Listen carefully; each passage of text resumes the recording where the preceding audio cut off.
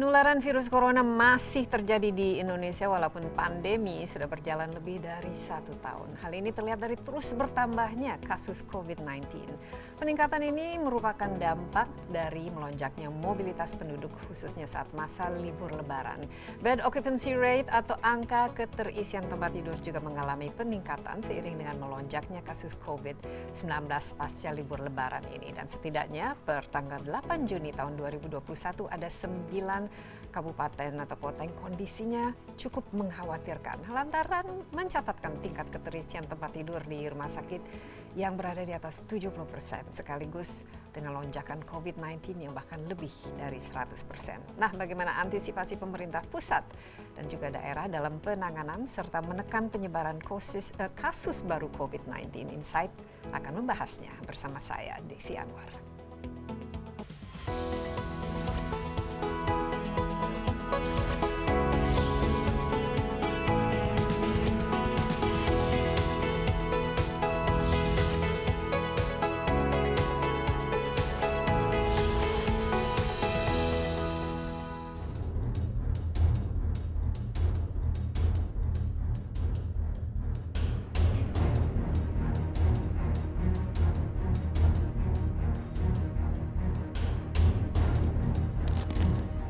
Kasus COVID-19 di Kabupaten Kudus, Jawa Tengah kini sudah masuk zona merah. Setidaknya sebanyak 142 tenaga kesehatan terpapar COVID-19. Lonjakan kasus corona yang meningkat di Kudus pasca Lebaran disebabkan sejumlah faktor. Presiden Joko Widodo pun turut menyoroti lonjakan kasus COVID-19 yang terjadi di Kudus. Pemerintah akan menyelidiki apakah lonjakan ini berkaitan dengan varian baru corona. Otoritas kesehatan juga telah meminta adanya pemeriksaan whole genome sequencing pada pasien COVID-19 di Kudus untuk mengetahui apakah lonjakan kasus yang terjadi berkaitan dengan varian baru corona. Menteri Kesehatan Budi Gunadi Sadikin mengungkapkan terdapat tren kenaikan kasus COVID-19 pasca libur panjang Lebaran tahun 2021. Setelah sempat mencapai angka di bawah 90.000 kasus, saat ini kasus aktif nasional kembali mencapai kisaran angka 100.000 kasus. Tren kenaikan tersebut akan mencapai puncaknya sekitar 5 hingga 7 minggu setelah masa libur panjang. Presiden Joko Widodo meminta jajaran terkait untuk memastikan kesiapan dalam menghadapi lonjakan tersebut. Selain itu, Presiden Jokowi juga memastikan kesiapan fasilitas kesehatan untuk menghadapi puncak kasus tersebut. Saat ini, angka keterisian tempat tidur di rumah sakit naik hingga 25% dari sebelumnya yang sempat pada titik terendah. Menteri Kesehatan Budi Gunadi Sadikin mengungkapkan terkait kesiapan terjadinya lonjakan, pemerintah telah menyiapkan rumah sakit dan juga obat-obatan.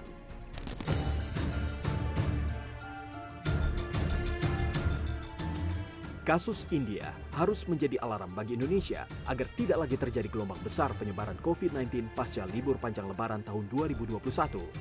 Vaksinasi memang menjadi upaya terpenting dalam menanggulangi pandemi.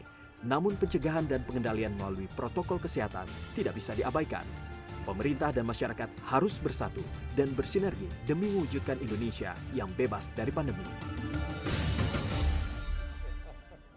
Jumlah kasus baru COVID-19 di Indonesia hampir menyentuh 10.000 pada tanggal 13 Juni tahun 2021 ini dan DKI Jakarta serta Jawa Tengah masing-masing menyumbang lebih dari 2.500 kasus. Di Jawa Tengah, pemerintah Kudus membatasi sejumlah akses mobilitas di wilayahnya dan juga di sekitarnya.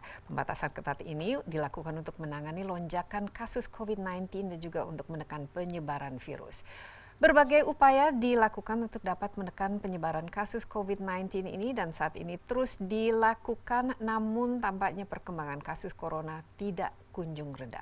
Bahkan setiap hari terus meningkat. Di studio sudah ada bersama saya Soni Hari B. Harmadi, Ketua Bidang Perubahan Perilaku Satgas Penanganan COVID-19. Nih Pak Soni ini paling sering kita ajak berdiskusi ini khusus bukan saja mengenai perubahan perilaku ya dari COVID-19 itu sendiri, tapi dari hari ke hari yang Pak Soni kita sudah lebih dari 1 tahun ya, tahun 2021 sekarang sudah bulan Juni dan dengan segala macam prokes dan juga larangan, imbauan, jangan mudik dan lain sebagainya, tapi ternyata COVID-19 ya tidak kunjung reda, bahkan pada tanggal 13 Juni ini 10.000 peningkatannya dan ini sangat mengkhawatirkan karena ada 2 sebab ya, bukan saja karena kita mungkin abai terhadap prokes ataupun imbauan untuk tidak berkerumun, berpergian dalam bersama-sama dan lain sebagainya, tapi ada varian-varian baru yang ternyata juga sudah masuk ke Indonesia. Bagaimana Pak Sony, peta penyebarannya yang sekarang memang sudah masuk ke dalam 34 provinsi di Indonesia. Kalau dulu kan Jakarta semua sebagai pusat, tapi sekarang kita lihat Jawa Barat, Jawa Timur, Jawa Tengah, ini semua juga merupakan kasus-kasus yang mengkhawatirkan. Ya Mbak Desi, jadi sebetulnya di awal kami sudah memprediksi kalau seandainya mudik itu tidak dilarang, tidak dibatasi, maka akan terjadi lonjakan kasus yang luar biasa. Karena kami melihat setahun terakhir ada kejenuhan di masyarakat punya keinginan untuk mudik, bahkan persentase mereka yang mudik cukup besar ya, lebih dari 30%. Sehingga pemerintah dalam hal ini termasuk Satgas mengambil sikap untuk sesuai arahan Bapak Presiden untuk meniadakan mudik. Nah, tetapi kita juga tahu bahwa yang mudik itu bukan cuma mudik internal, bukan cuma di Indonesia saja, tapi juga kita akan menerima pulangnya para pekerja migran Indonesia. Nah, itu juga berdampak terhadap potensi atau risiko penularan dari luar negeri. Dan kami perhatikan memang di beberapa yang kemudian menjadi sentra dari sekarang kasus ya, episentrumnya kasus, seperti di Bangkalan, itu karena memang pulangnya dari pekerja migran Indonesia yang cukup banyak di sana. Jadi ini beberapa hal penyebab terjadinya penularan bisa karena satu memang ada yang tetap mudik, mereka menyiasati sebelum tanggal pelarangan 6-17 Mei. Lalu kemudian yang kedua pulangnya pekerja migran Indonesia, dan yang ketiga ada wisata lokal. Wisata lokal ini ternyata menimbulkan kerumunan dan berdampak terhadap peningkatan kasus. Iya, dan sehingga ini juga kalau kita lihat turut menyebarkan ya. Kalau dulu kan kita kota-kota besar khususnya di DKI, Jakarta dan juga Jawa Barat, tapi sekarang bahkan kalau tidak salah seperti Sumatera juga sudah mengkhawatirkan. Kalau kita lihat ini zona-zona yang lonjakannya ini sebenarnya cukup mengkhawatirkan secara keseluruhan. Tadi Bangkalan sudah disebut ya, tadi Kudus juga sudah disebut, tapi secara keseluruhan di mana-mana saja Pak Sony yang harus jadi perhatian. Bukan saja karena jumlahnya, tapi juga karena ketersiapan fasilitas kesehatannya. Betul, jadi gini, sebetulnya kami mengamati pada sekitar setelah Lebaran kemarin atau beberapa hari setelah Lebaran itu ada peningkatan kasus dan kontribusi kasus yang cukup tinggi di Sumatera. Karena Sumatera meningkat kasusnya, lalu kami membuat strategi agar ada namanya mandatory check ketika arus balik. Nah, kami berharap bahwa dengan adanya mandatory check bisa membatasi potensi penularan dari Sumatera ke Jawa, lalu terjadi seperti pingpong, nanti Jawa lagi ke Sumatera dan seterusnya. Tetapi ternyata Sumatera mulai bisa terkendali dalam 2 minggu kemudian, justru Jawanya yang kemudian melonjak. Nah, yang menjadi perhatian kami adalah beberapa daerah sebetulnya punya kapasitas tempat tidur yang cukup banyak rumah sakitnya. Contohnya daerah-daerah apa saja yang bisa dikatakan mencukupi? Sebetulnya seperti Bangkalan, Kudus, asalkan memang beberapa langsung ada antisipasi. Begitu terjadi peningkatan dari kasus, pemerintah daerah, Satgas daerah itu harus bisa melihat bahwa apakah kamar yang tersedia untuk ruang isolasi, perawatan isolasi COVID itu masih ada atau tidak dalam beberapa hari ke depan. Nah, dengan melakukan perencanaan kebutuhan kamar tadi, harusnya langsung diambil sikap.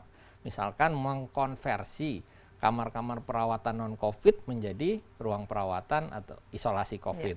Nah, ini harusnya langsung dilakukan.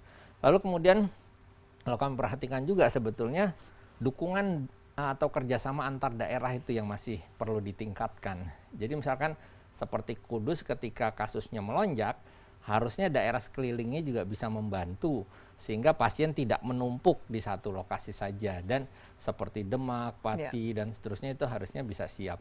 Kemudian juga seperti Bangkalan, kami kemarin juga minta supaya Surabaya membantu dan beberapa daerah lainnya yang memadai dalam hal ketersediaan kamar perawatan itu bisa membantu. Ya, nah ini mungkin yang harus kita diskusikan lebih lanjut karena tentu saja ini akan sangat mengkhawatirkan ya, karena program vaksin kan sudah berjalan. Apakah ini cukup efektif nanti untuk menangkal varian-varian baru ini? Kita istirahat sebentar Pak Sony, tapi tetaplah bersama kami. Insight with Desi Anwar akan segera kembali.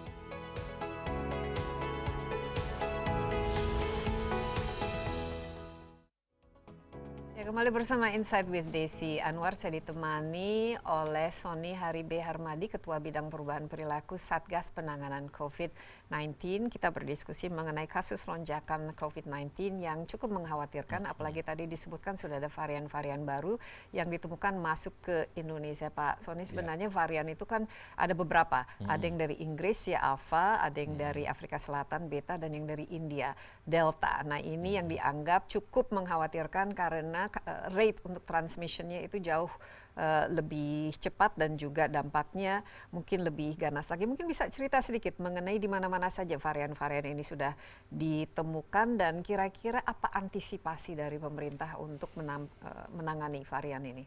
Ya, detailnya saya tidak hafal di mana saja, tapi di Kudus dan di Bangkalan ditemukan varian baru tadi. Yang dari India ini iya, ya? yang dari India. Ada berapa kalau sekarang yang sudah ada 28 atau 38 kasus ya. Nah, memang begini, adanya varian baru itu menjadi concern bagi kita semua, makanya disebut variant of concern. Karena satu, dia punya dampak nggak terhadap efektivitas atau akurasi alat tes kita. Ternyata alhamdulillah kami sudah cek itu masih bisa. Jadi masih bisa. Dengan yang kita miliki PCR, bisa mendiagnosa kehadiran varian baru. Betul. Nah, yang kedua adalah seberapa cepat penularannya. Memang menurut teman-teman dokter dan para ahli kesehatan cenderung lebih cepat menular. Namanya juga virus yang telah bermutasi, telah melakukan penyesuaian-penyesuaian.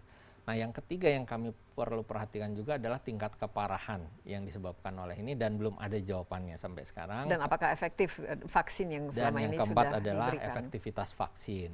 Tetapi dari berbagai kita kan nggak bisa hanya bersandarkan pada opini, ya, sehingga harus didasarkan pada kajian ilmiah. Vaksin-vaksin yang ada ini masih efektif untuk mencegah atau menangkal adanya varian baru. Memang ada kemungkinan bahwa efektivitasnya lebih rendah, ada kemungkinan, tetapi tetap masih sangat efektif. Bagaimanapun juga vaksin itu memang tidak ada yang efektivitasnya 100%, tetapi bisa mengurangi tingkat keparahan dan risiko kematian. Sehingga memang salah satu strategi kita untuk mengatasi lonjakan kasus, bahwa Presiden juga kemarin sudah perintahkan percepat tingkat vaksinasi. Bahkan di Juli diperkirakan kita akan mengejar target sekitar 1 juta vaksin satu hari. Jadi mudah-mudahan ya dengan dukungan masyarakat kita bisa mempercepat program vaksinasi sembari juga memperkuat protokol kesehatan. Karena protokol kesehatan ini tetap menjadi sangat penting sebelum kita mencapai herd immunity. Lalu kemudian juga ada beberapa langkah ya untuk mempercepat vaksinasi, diantaranya adalah melibatkan ya personil TNI Polri lebih masif lagi, lalu kemudian juga yang gotong royong kan yang mandiri yang juga sudah mulai jalan. Betul. Jadi adanya vaksin gotong royong ini juga mempercepat program vaksinasi. Iya, walaupun kita sekarang bulan Juni dan targetnya kan pemerintah 180 juta ya orang harusnya divaksin pada akhir tahun 2021 ini. Tapi sekarang masih dengan mendapatkan vaksin pertama baru sekitar 20 jutaan. Sementara tahap kedua masih 11 jutaan. Jadi cukup harus mau tidak mau harus cukup cepat ya. Dan ketersediaannya menurut Pak Sony ini bagaimana? Apakah aman sampai akhir tahun ini? Setahu Pak Sony masih terus sementara aman ya. Ketersediaan vaksin ada, pemerintah juga terus mengejar ketersediaan vaksin tadi, dan yang paling penting juga arahan Bapak Presiden Jokowi itu segera divaksinkan. Jadi jangan di stok ya, semua segera digunakan.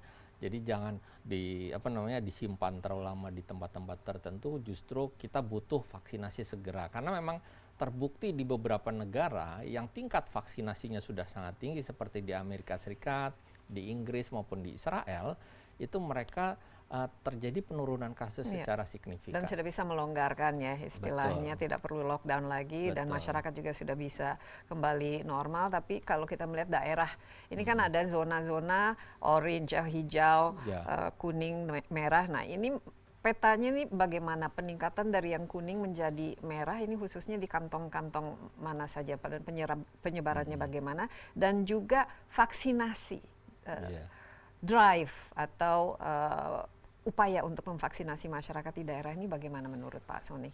Ya, jadi memang saat ini ada sekitar 17 kabupaten kota yang masuk zona merah. Ada 331 kabupaten kota yang masuk zona orange. Kami sudah mengingatkan teman-teman di zona orange dan merah ini. Di zona orange, apabila satu daerah terus-menerus selama 2 atau 3 minggu berada dalam kondisi zona orange, zona risiko sedang, mereka cenderung bisa berpotensi menjadi zona risiko tinggi, jadi merah. Nah, oleh karenanya bukan hanya mempertahankan tapi menurunkan statusnya dari orange menjadi kuning itu harus dilakukan secara bersama-sama baik oleh Satgas tingkat kabupaten kota maupun provinsi. Lalu kemudian kalau kita perhatikan memang ada daerah-daerah yang berisiko tinggi karena jumlah penduduknya besar. Ya, terutama di Jawa. Kita perhatikan kontribusi Jawa untuk total kasus nasional kan lebih dari 60%. Ya, karena memang penduduk sesuai Jawa dengan itu jumlah penduduk yang betul, ada di sekitar pulau 62% dari total penduduk Indonesia. Dan dengan kepadatan yang tinggi, risiko penularannya menjadi lebih tinggi. Oleh karenanya, Jawa tentu menjadi salah satu prioritas untuk vaksinasi selain Bali ya. Sekarang tingkat vaksinasi tertinggi itu ada di Bali dengan total yang sudah divaksin baik vaksin pertama maupun kedua sudah di atas angka 50%. Dan dukungan masyarakat Bali juga cepat sehingga Bali kami harapkan bisa segera bangkit ya untuk sektor pariwisatanya. Iya, tapi kalau kita lihat Jawa Tengah misalnya dan Jawa Barat, Jawa Timur ini kan mereka juga bukan saja lonjakannya tapi berkontribusi ya untuk menyebar ke pulau-pulau lain. Itu kan juga tinggi karena apalagi mudik pasca Lebaran ini. Tapi kan secara keseluruhan tadi kita sudah bicara mengenai bed occupancy rate ya. Kita lihat juga di DKI Jakarta karena lonjakan kasusnya juga cukup tajam ya. Ini bagaimana Wisma Atlet dan lain sebagainya katanya sudah semakin tinggi ya occupancy rate. Nah, ini kan mencerminkan sesuatu yang cukup mengkhawatirkan. Iya. Jadi memang DKI Jakarta saat ini sudah sekitar 68%, sama dengan Jawa Tengah. Bornya Jawa Tengah juga sekitar 68%.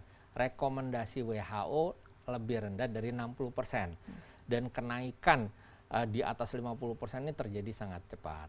Tetapi tentu sudah ada langkah-langkah yang disiapkan. Kemarin Bapak Erlangga selaku Ketua Komite sudah meminta daerah agar meningkatkan minimal ya dari total ketersediaan kamar tempat tidur di rumah sakit di daerahnya minimal 30% digunakan untuk ruang perawatan isolasi COVID. Lalu kemudian juga jadi ada konversi segera. Kalau misalkan dirasa belum cukup seperti DKI Jakarta, itu kan ada dua ya. Yang bergejala akan dirawat, maka harus ditingkatkan dikonversi kamarnya sekitar sampai 40% dari total ketersediaan kamar atau tempat tidur di DKI Jakarta. Lalu yang satunya lagi adalah mereka yang tidak bergejala. Ya, mereka yang harus bisa tinggal di isolasi mandiri. Betul, isolasi mandiri atau jadi kemarin sudah disiapkan bahwa di Wisma Atlet Tower 8 yang sebelumnya untuk tenaga kesehatan digunakan untuk ruang perawatan dikonversi dan tenaga kesehatan akan dipindahkan ke hotel ya yang lebih aman.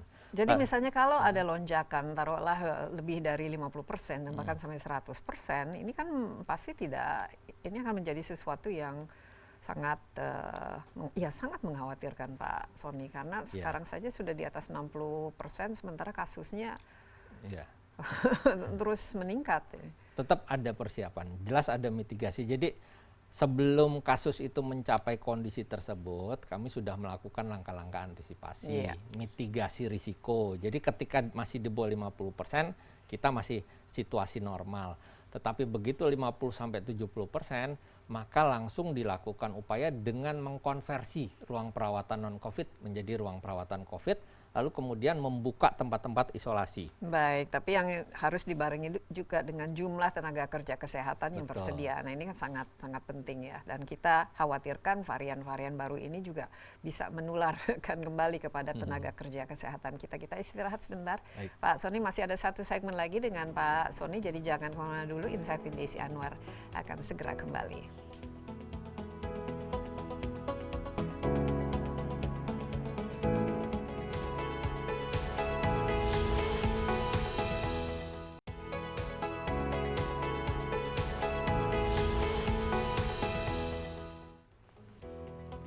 Kembali bersama Insight with Desi Anwar. Kita ditemani Sony Hari Harmadi, Ketua Bidang Perubahan Perilaku Satgas Penanganan COVID-19 di studio. Tapi kita hari ini adalah ya COVID-19 yang masih bersama kita, bukannya pergi tapi malahan meningkat ya kasusnya. Ini cukup mengkhawatirkan. Data terakhir kita ada peningkatan 10.000 ya per hari di Indonesia. Saya ingat kita waktu itu masih ada 3.000, 4.000 dan ini salah satu karena ya mudik pasca Lebaran. Dan juga saya lihat ya orang mungkin sudah kembali melakukan bisnis as usual ya, ke mall, jalan-jalan dan lain sebagainya, berkerumun. Dan ini dengan adanya varian baru yang tadi, apalagi yang dari India, yang bisa rate of transmissionnya atau penularannya juga lebih meningkat.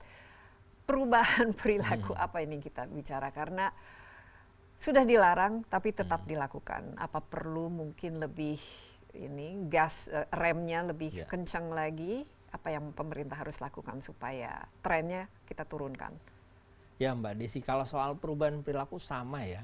Mau varian B1617 ya, mau B117, mau varian apapun, cara proteksinya sama, cara pencegahannya sama, pakai masker, jaga jarak, jangan berkerumun, cuci tangan pakai sabun, dan hindari atau kurangi mobilitas.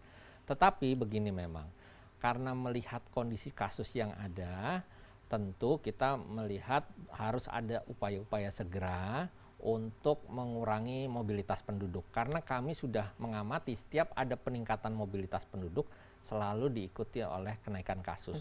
Dan di Jakarta sendiri sekarang aktivitas bisnis sudah normal. Oleh karenanya kemarin sudah ditetapkan bahwa di zona merah itu work from home-nya ditingkatkan dari 50% menjadi 75%. Jadi lebih ketat, lebih sedikit orang yang bekerja di kantor. Sedangkan di zona orange boleh sampai 50%. Tapi ini diterapkan atau tidak? Karena mungkin orang sekarang sudah tidak terlalu perhatikan lagi zona mana, zona kuning, zona oranye, zona merah, karena ya semuanya lihat aja kemacetan sudah ada di mana-mana. Restoran, kantor-kantor sudah buka. Nah, ini kan berarti tidak ada semacam penerapan yang betul-betul harus diterapkan, serius, Mbak Desi. Jadi itu akan berlaku dari tanggal 15 Juni sampai 28 Juni. Jadi apa bentuknya? Mikro lagi atau? Jadi memang PPKM mikro tetap berjalan ya. Kan gini, di dalam PPKM ada PPKM mikro, di mana PPKM mikro zonasi dilakukan pada level komunitas, RT, RW, kelurahan, desa. Tetapi PPKM-nya sendiri ya, pemberlakuan pembatasan kegiatan masyarakat di level kabupaten kota itu juga berlaku. Pada kabupaten kota dengan zona merah, maka WFH-nya menjadi 75%. Nah, tapi ini kan berarti harus betul-betul dimonitor, dilaksanakan. Betul.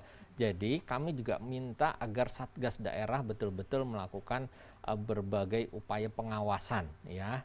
Lalu kemudian juga karena dampaknya kalau kita tidak mengendalikan dengan baik, tidak mematuhi apa yang sudah menjadi ketetapan, beban di layanan kesehatan kita akan luar biasa. Jadi kita tidak berharap bahwa bornya nanti meningkat di atas 80%. Iya, karena ada di beberapa daerah tadi disebutkan yang Wisma Atlet saja di atas 60%, ada beberapa kabupaten sudah 70%, dan ini yang kita ingin hindari kan.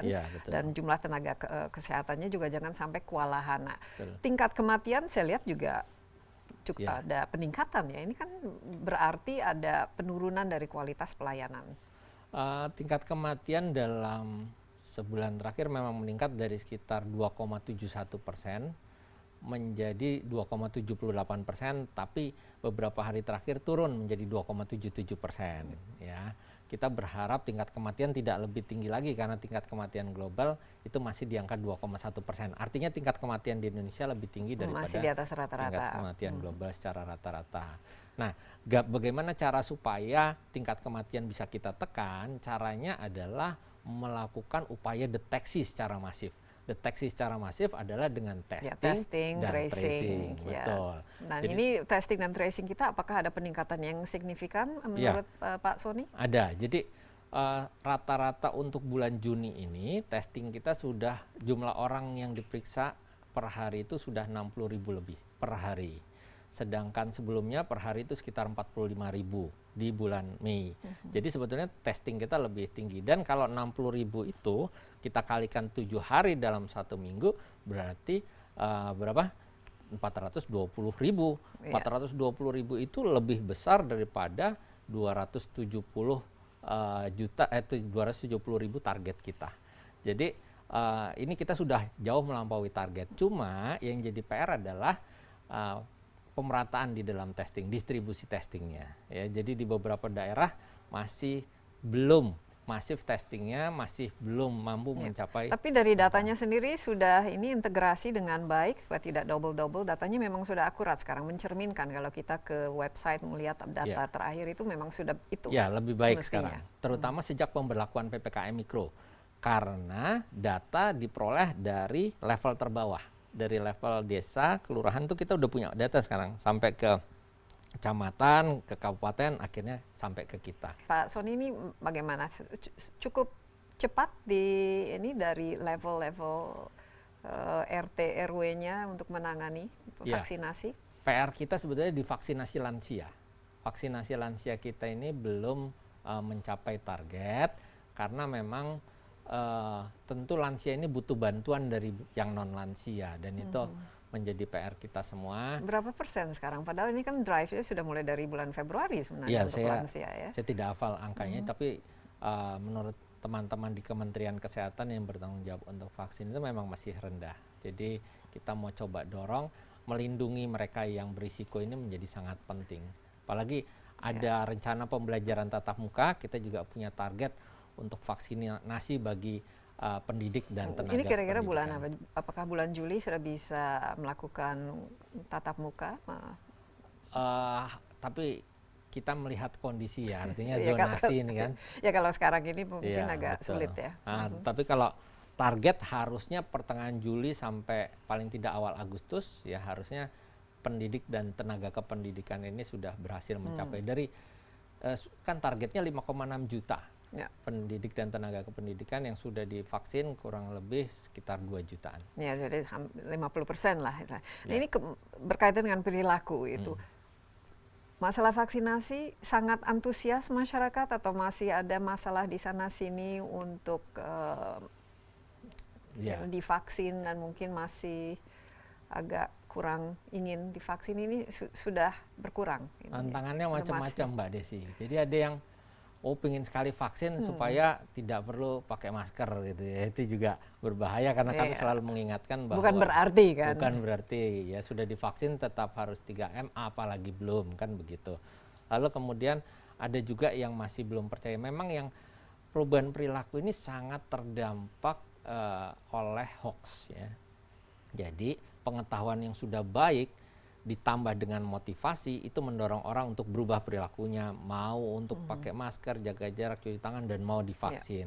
Tetapi begitu muncul hoax, pengetahuannya ada tetapi motivasinya yang hilang. Nah, ini yang menjadi PR kita semua, karena hoax ini betul-betul meruntuhkan ya motivasi orang, dan akhirnya justru ini juga menjadi tantangan teman-teman di lapangan nih, ketika program vaksinasi tidak datang karena tiba-tiba muncul hoax. Dan ini mungkin harus melibatkan tokoh-tokoh setempat, tokoh agama dan lain sebagainya. Jalan program seperti itu, Pak Sony? Jalan, bahkan kami untuk Bangkalan ini misalkan, jadi kami langsung intervensi nih, kami dengan teman-teman kiai ya, kiai-kiai di Bangkalan didukung teman-teman dari Nahdlatul Ulama, itu kita melakukan berbagai program ini. Ya, mereka membuat video-video edukasi dalam bahasa Madura dan seterusnya. Jadi banyak sekarang kiai-kiai yang terlibat, tokoh ulama semakin banyak yang terlibat. Karena penting ya vaksinasi ini untuk menciptakan herd immunity. Pak Sony, waktu kita hampir habis, mungkin ada pesan karena ini supaya kita ingat kembali COVID-19 ini masih ada bersama kita, apalagi yang harus kita terus terapkan khususnya dalam protokol kesehatan. Mungkin Pak Sony bisa berikan kepada pemirsa kita.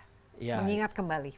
Betul, jadi COVID-19 ini masih ada, walaupun varian baru sudah masuk, strategi kita untuk melakukan pencegahan itu sama, ya, tidak berubah sama sekali.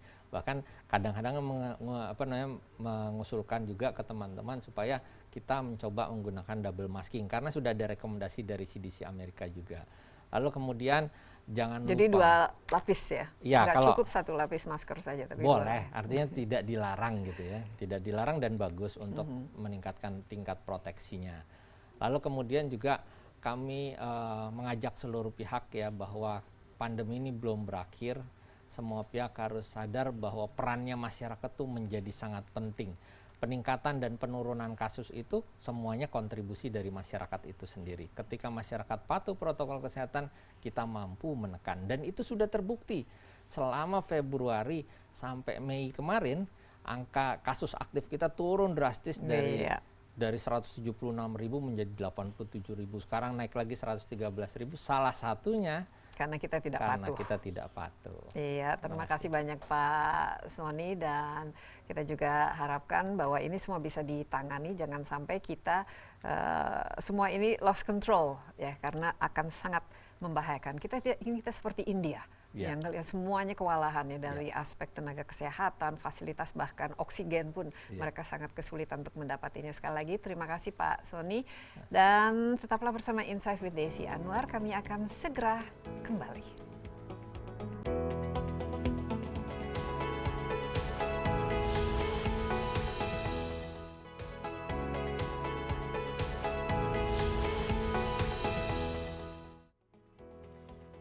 Penanganan kasus baru COVID-19 dan varian baru COVID-19 dari India banyak beredar di Kabupaten Kudus dan merupakan pertama di Jawa Tengah. Nah, bagaimana penanganan pemerintah Provinsi Jawa Tengah dalam menangani kasus baru COVID-19 ini? Saya sudah bersama Gubernur Jawa Tengah Ganjar Pranowo melalui sambungan Zoom. Halo Pak Ganjar. Iya, apa kabar Mbak Desi? Apa kabar? Sehat Pak Ganjar? Baik-baik. Alhamdulillah. Iya, nah ini ada hal yang mengkhawatirkan Pak Ganjar. Secara keseluruhan ya, angka nasional COVID-19 kita terus meningkat 10.000 ya pada tanggal 13 Juni ini. Dan Jawa Tengah ini menyumbang hampir sama dengan DKI, yaitu sekitar 2.500 kasus. Nah khususnya di Kudus kita melihat ada perubahan dari zona orange menjadi zona merah. Pak Ganjar mungkin bisa cerita sedikit apa sebenarnya yang terjadi, penyebabnya apa, dan kira-kira bagaimana situasinya saat ini sebagai Pak Gubernur menanganinya. Ya Mbak, sebenarnya sejak tanggal 10 sampai dengan 16 Mei seluruh kabupaten kota orange. 17 sampai 23 Mei ada 3 kabupaten yang merah. Brebes, Kudus, sama Sragen. Terus pada saat itu tanggal 24 sampai 30 Mei ini langsung bertambah Mbak. Yang Brebes langsung bergeser bergabung dengan Tegal menjadi merah. Terus Kudus ini langsung menyebar dengan sangat cepat. Ada Pati, ada Gerobogan, ada Demak begitu kan, sampai kemudian menular ke beberapa tempat, dan hari ini tanggal 31 Mei sampai dengan 12 Juni Wonogiri masuk merah. Lalu bagaimana kondisinya? Saat itu kami sudah curiga. Dalam waktu 1 bulan terakhir ini kok cepat sekali penularannya. Wabil khusus ini 3 minggu terakhir. Maka kami sudah curiga, ini kayaknya varian baru. Maka pada saat itu kita melakukan ambil sampel untuk melakukan genome sequencing test, dan ternyata hasilnya keluar betul yang terjadi ini ada varian India. Maka beberapa waktu lalu akhirnya kita mencoba membantu Kudus, karena Kudus nampaknya memang butuh bantuan. Isolasi penuh, rumah sakit penuh, maka kita bantu sampai kita kirim ke Asrama Haji Donohudan di Boyolali. Dan TNI Polri kita minta untuk ikut membantu operasi di lapangan. Dan kita coba berikan bantuan tenaga kesehatan, baik perawat, dokter, dan peralatan-peralatan kesehatan juga kita siapkan, termasuk obat-obatan. Dan kita mencoba sekarang komunikasi secara intens dengan kabupaten kota sekeliling bahwa ini varian baru dan semua harus sepakat. Tidak bisa kita menangani secara parsial karena si COVID itu tidak pernah kenal dengan teritori pemerintahan. Begitu Mbak Desi. Iya, jadi dan varian baru ini khususnya dari India yang disebut varian Delta ini katanya penularannya juga transmisinya jauh lebih cepat dan dampaknya juga lebih ganas. Kembali ke testing yang dilakukan untuk menemukan varian baru ini Pak Ganjar. Persisnya tuh bagaimana, seberapa jumlah yang dinyatakan memiliki varian baru ini, dan kira-kira apa yang dikhawatirkan ke depan dalam transmisinya, dan apakah ini sudah diantisipasi? Iya, sebenarnya kekhawatiran saya begitu kita melihat tren dari hasil testingnya kok meningkat terus, masuk rumah sakit, mohon maaf ada yang meninggal, mesti kita isolasi. Maka pada saat itu kami sudah curiga. Terus kemudian diambillah tes Mbak sejumlah sekitar 72 sampel dan kemudian ditemukan 62 sampel. Itu 86,11% loh Mbak. Ya, Artinya wow. dari 100% yang kita ambil sampel itu 86%. Serius sekali berarti ini kan. Dan kemudian kita sudah melihat bahwa ini strain India, maka kita mesti hati-hati. Apa kemudian jadi kekhawatiran kita? Penyebaran yang kemudian begitu cepat, yang tadi disampaikan Mbak Desi juga ganas, nampak-nampaknya terkonfirmasi. Dan itu kita lihat dari angka kematian yang meningkat, terus kemudian angka kesakitannya juga tinggi. Dari situlah kemudian tindakan-tindakan mulai dari 5M 3T-nya kita perketat sekarang. Kenapa kemudian Panglima TNI, Kapolri, BNPB, Menkes, Mendagri, semua telepon saya, ada apa sebenarnya di Kudus? Ternyata ada ketidakdisiplinan di sana. Maka tugas kami sekarang membantu pemerintah Kudus untuk mendisiplinkan, tapi sekaligus tadi saya sampaikan berikut dengan kabupaten kota yang ada di sekitarnya. Kalau tidak, ini pasti ekonomi akan terganggu dan pengalaman dari India sudah membuktikan soal itu. Nah, Pak Ganjar tadi sebut ada 2 lagi kabupaten yang sudah masuk zona merah, itu Brebes dan Sragen. Apakah ada kasus varian yang ada di Kudus ini, varian Delta ini juga ada terdeteksi di Brebes dan di Sragen? Dan sampai saat ini kira bagaimana rate dari testing dan tracing yang dilakukan di Jawa Tengah? Karena ini kan penting ya untuk melihat memotret secara keseluruhan kasus transmisi COVID di Jawa Tengah. Ya, kalau rate-nya kita sudah cukup tinggi, tapi menurut saya kurang, Mbak. Kalau kita menggunakan standar WHO, maka sudah di atas semuanya.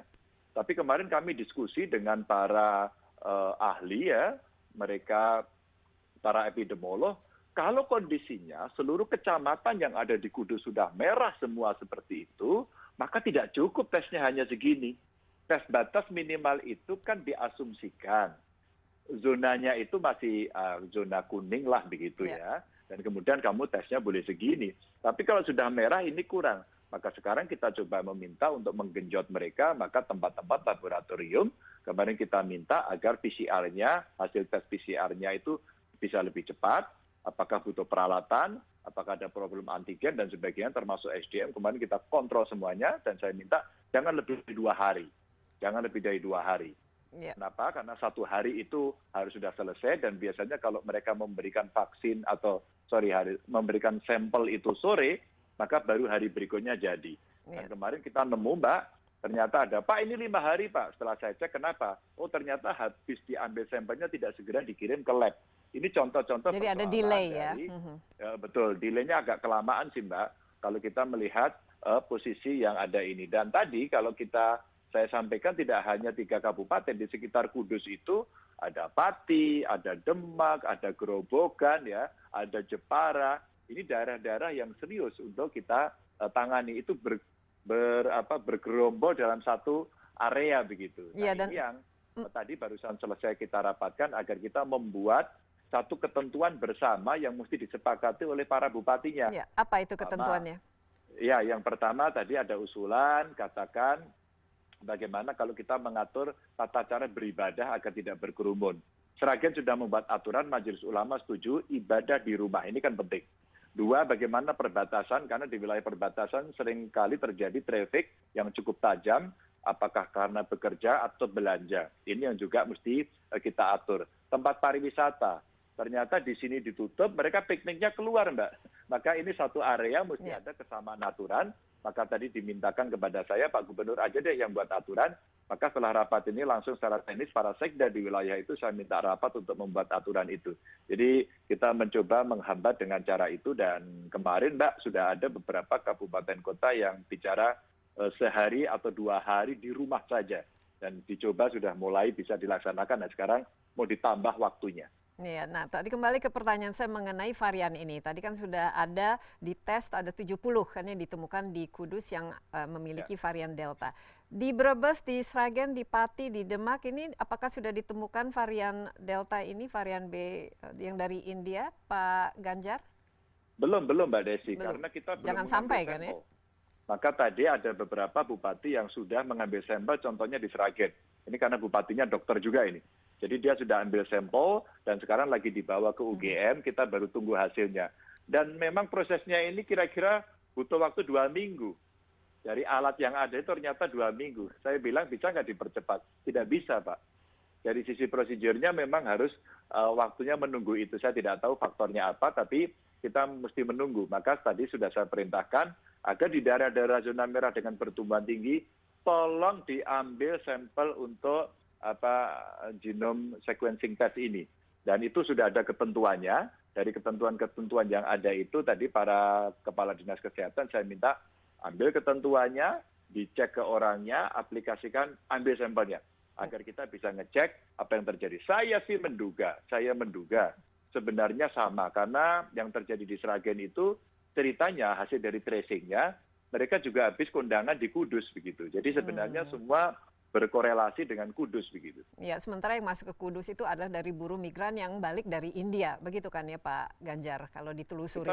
Kita belum bisa mengkonfirmasi apakah sumbernya dari sana karena dari tracingnya masih kita minta para ahli untuk menyelidiki.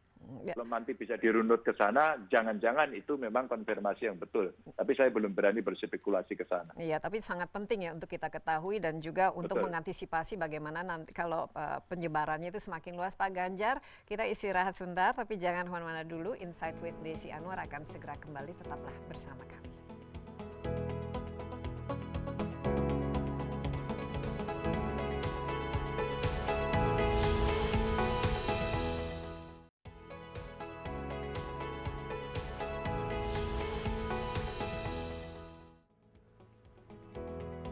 Anda masih bersama Insight with Desi Anwar. Saya juga masih ditemani oleh Gubernur Jawa Tengah Ganjar Pranowo melalui Zoom, dan kita berbicara mengenai kasus COVID-19 terakhir khususnya di Jawa Tengah. Dan Pak Ganjar, seperti kita ketahui kasus total ya di Jawa Tengah itu sekitar 220.000 sekarang, dan kalau tidak salah menyumbang 11% ya dari keseluruhan kasus di Indonesia. Ada beberapa kabupaten yang bahkan sudah masuk ke zona merah, dan ini masalahnya juga karena kemarin pasca liburan Lebaran, tentu ini merupakan salah satu faktor, dan juga varian Delta yang baru, dan kita khawatirkan justru memicu ya penularan yang lebih cepat lagi. Pak Ganjar, ini kan sudah ada program vaksinasi yang diterapkan ya sejak awal tahun ini. Ini bagaimana di Jawa Tengah itu sendiri? Bagaimana penyebarannya, dan apa kira-kira yang masih harus diperbaiki, apalagi dari kota dan dari kabupaten yang satu ke yang lain ini kan berbeda-beda lah ininya, istilahnya cara melakukan program vaksinasi ini sendiri. Bisa ceritakan Pak Ganjar? Ya, ini pertanyaan bagus. Kami berdebat agak sedikit kenceng tadi karena semua orang, maksud saya para bupati meminta kepada saya, Pak Ganjar kami siap. Mau ditambah berapapun kami siap untuk menghabiskan, karena seluruh kekuatan para vaksinator itu sudah ada, khususnya di Yankes termasuk puskesmas dan tim khusus untuk itu. Lalu problemnya apa? Problemnya kami nggak punya vaksin. Maka tadi kita cek, Mbak, satu persatu dari kabupaten sudah ada gambarnya. Maka yang mengatakan habis dan minta itu ternyata tidak terlalu disiplin untuk menginput berapa vaksin yang sudah masuk ke tubuh manusia. Sehingga sekian vial, sekian dosis itu mestinya dicatatkan kepada kita. Sehingga pada saat mau minta, loh datamu saja masih tinggi sekali. Nah, ketidakdisiplinan inilah yang kemudian membuat dianggapnya kami ini kemudian tidak memvaksin. Maka tadi kami runut problemnya di mana.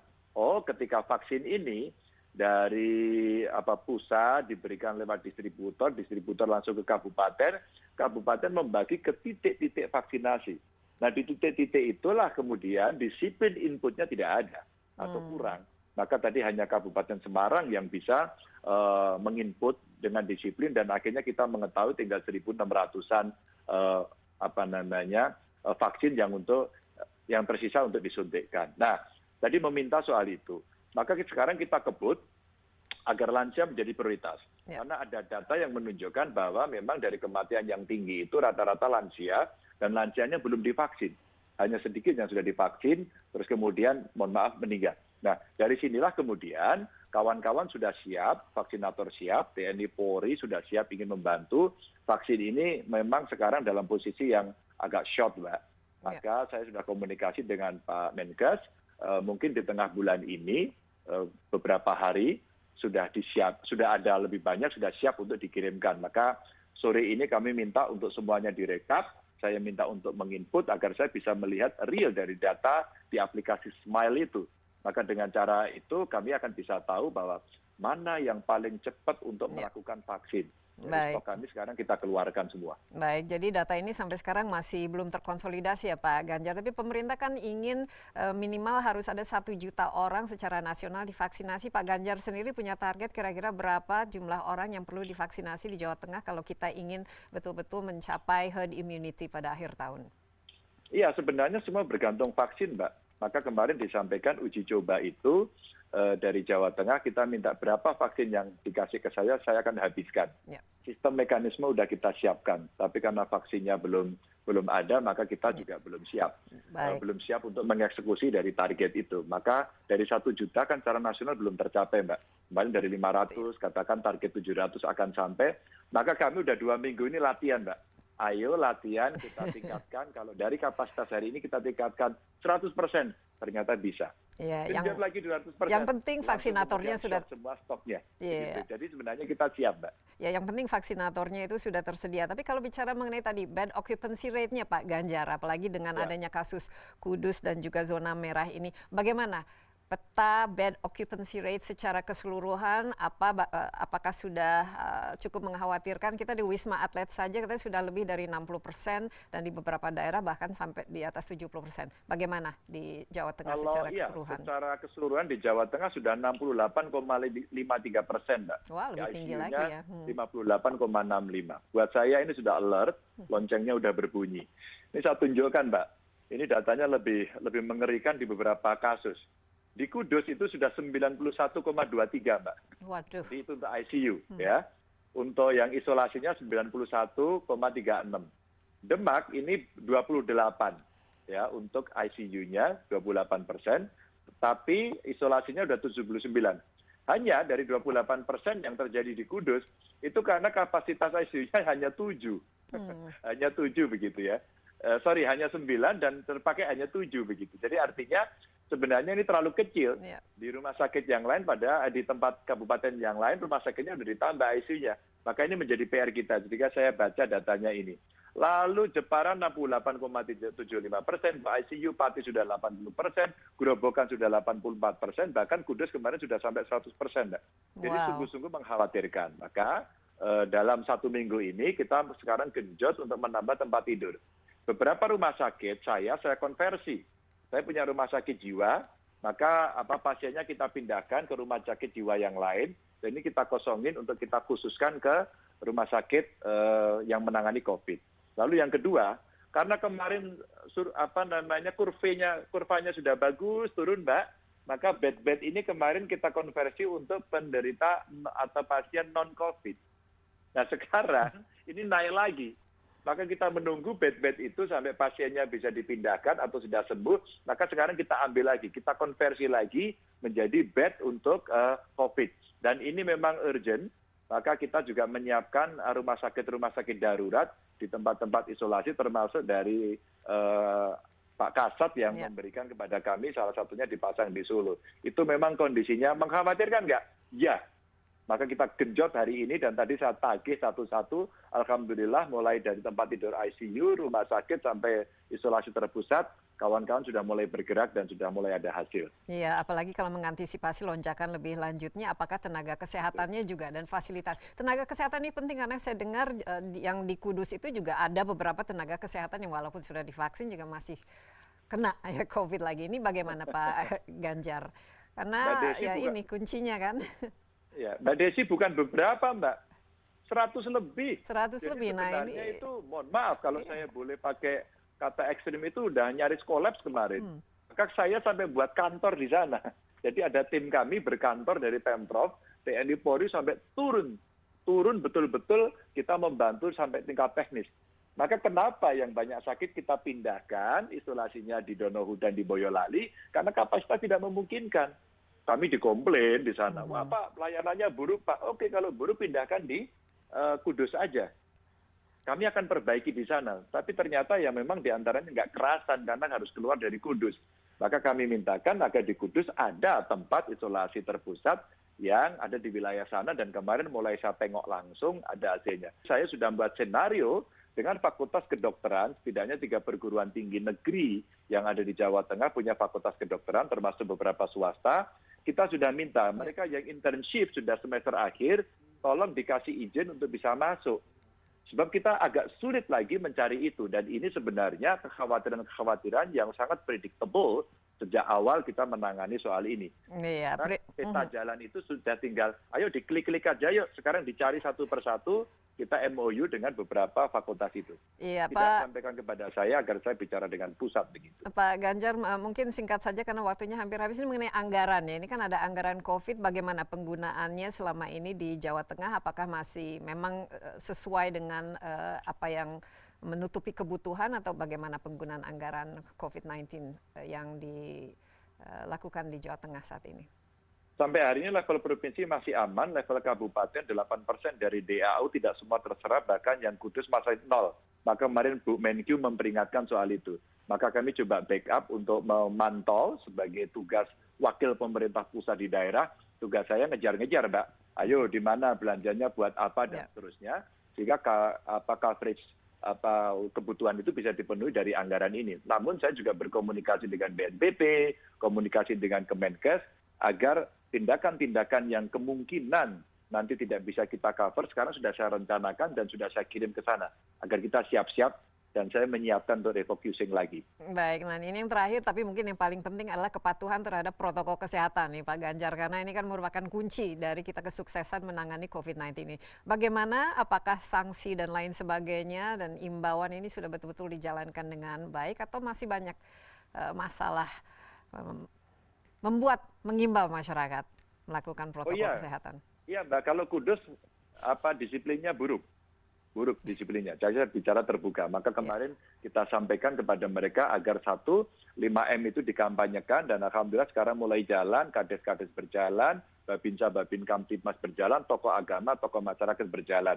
Maka kemarin ketika ada salah satu pada acara keagamaan, ayo kalau kita sholat nanti buka masker, nggak apa-apa, salaman nggak apa-apa, mari kita rapatkan softnya lagi. Maka kemarin langsung MUI-nya rapat. Nah yang begini-begini ini memang butuh bantuan tokoh agama, tokoh masyarakat untuk semua berbicara bagaimana kita mencegah. Di sisi lain langsung kita lakukan operasi justisi. Suka tidak suka, mau tidak mau. Memang kalau kita bicara sanksi, sekeras apapun Mbak, pada tingkat orang yang sudah agak, mohon maaf ini, frustasi, udah jenuh, udah kok lama banget, itu mereka ada keinginan untuk selalu cuek aja. Maka para psikolog kita minta untuk ikut membantu bagaimana merumuskan agar kita bisa berkomunikasi kepada mereka untuk bisa taat begitu. Ya, dan kita harapkan juga Pak Ganjar dengan teman-teman di daerah yang baru meeting ya untuk merumuskan strategi ini bisa mengatasi COVID-19 di Jawa Tengah sebaik-baik mungkin, dan kita harapkan juga angka kasus COVID-nya terus menurun. Sekali lagi Pak Ganjar, terima kasih, sukses, sehat selalu. Amin, terima kasih Mbak Desi, sehat selalu juga. Iya, demikian Insight with Desi Anwar kali ini. Jangan lupa Anda juga dapat menyaksikan tayangan ini di cnnindonesia.com dan juga di YouTube CNN Indonesia Insight with Desi Anwar. Seperti kita ingat kembali, COVID-19 masih merupakan ancaman dan tantangan, jadi jangan lupa rajin mencuci tangan, menggunakan masker, dan hindari kerumunan. Sampai jumpa, stay safe, bye-bye.